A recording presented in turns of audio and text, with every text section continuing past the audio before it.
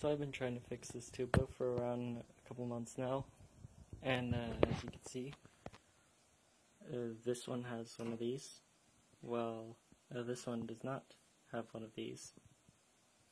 And I'm probably just gonna 3D print this one, another one of these, and just scan this one so then I can print it, and then just have an identical one.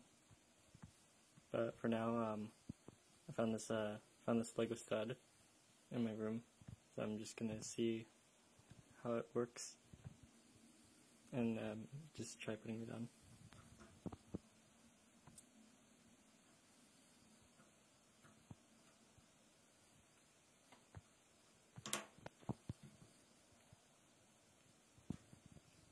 Cool.